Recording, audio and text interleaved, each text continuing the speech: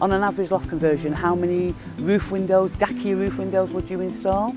It's subject to each client's requests really. It can be anywhere between 1 all the way up to an infinite number. A lot of factors do come into play, the type of property that they're in. Your typical bungalows have a much larger footprint, so a larger roof structure.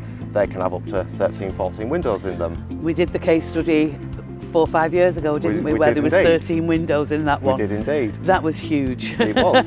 Some roof structures, they're only able to take one S6 size window. Some, like the one that we're on, can take 3 M4 windows. But you see, there's a number of factors that do come into play with the windows. Majority comes down to what the customer wants, but we will always advise them what we think is going to achieve the biggest amount of light within the property and maximise the space in there.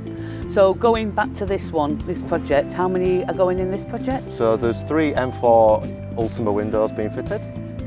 So they're going for the top end, they're going for the best quality window?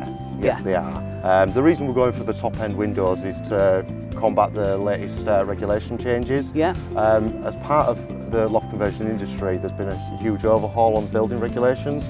We have to hit a U value now of 0.13 right throughout the build, and using the Ultima windows does help us achieve that very low U value then.